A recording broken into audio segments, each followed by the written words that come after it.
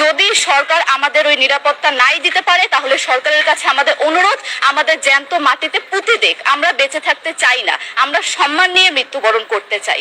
আমরা এই দেশে থাকতে চাই না যে এই দেশে আমাদের কোনো নিরাপত্তা নেই, যে এই দেশে রাস্তা দিয়ে হাঁটলে আমাদের মধ্যে একটা আতঙ্ক কাজ করে, কখন কি না কি হয়ে যায়।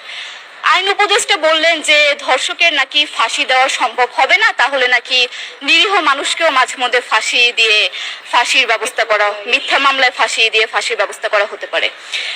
আইন উপদেষ্টার কাছে আমার প্রশ্ন, আল্লাহ না করুক আজকে যদি আপনার কাছের কেউ, আপনার বোন অথবা আপনার স্ত্রী অথবা আপনার মেয়ের সাথে যদি এরকম কোনো কিছু হতো, আপনি কি আসলে এটা বলতে পারতেন যে না ধর্ষককে ফাঁসি দেওয়া যাবে না? কোনোদিনও পারতেন না। আপনি সবার আগে তার ফাঁসির ব্যবস্থা করতেন, সম্ভব হলে নিজের হাতে মেরে ফেলতেন। তাহলে আমাদের বেলায় কেন এত বৈষম্য? আমরা কি দোষ করেছি? আমরা কি নারী না? আমরাও তো কারো বোন, আমরাও তো কোনো বাবার সন্তান, আমাদেরও তো বেঁচে থাকার অধিকার আছে, তাই না?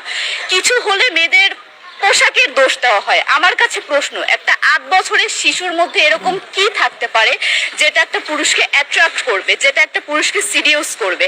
সেরকম হলে আসলে ধর্ষণ করা হতো সবসময় প্রাপ্তবয়স্ক মহিলাকে, কিন্তু আমরা আসলে পরিসংখ্যান গবেষণা করলে দেখতে পারি যে ধর্ষক সবচেয়ে বেশি করা হচ্ছে শিশুদেরকে, কিশোরীদের সবচেয়ে বেশি ধর্ষণ করা হচ্ছে। দৃষ্টিভঙ্গি পরিবর্তন করুন, চিন্তা ভাবনা পরিবর্তন করুন, ধর্ষকদের আইনের আওতায় আনুন।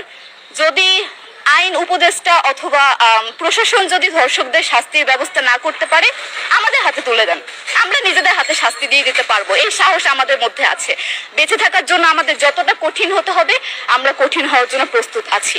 আমরা ফাঁসি চাই, ধর্ষকদের কঠোর থেকে কঠোরতম শাস্তি চাই।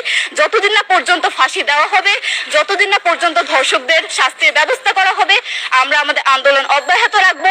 দরকার হলে আমরা শিক্ষা প্রতিষ্ঠান বন্ধ করে দিব, তবুও আমরা থামবো না। এটাই আমাদের দাবি।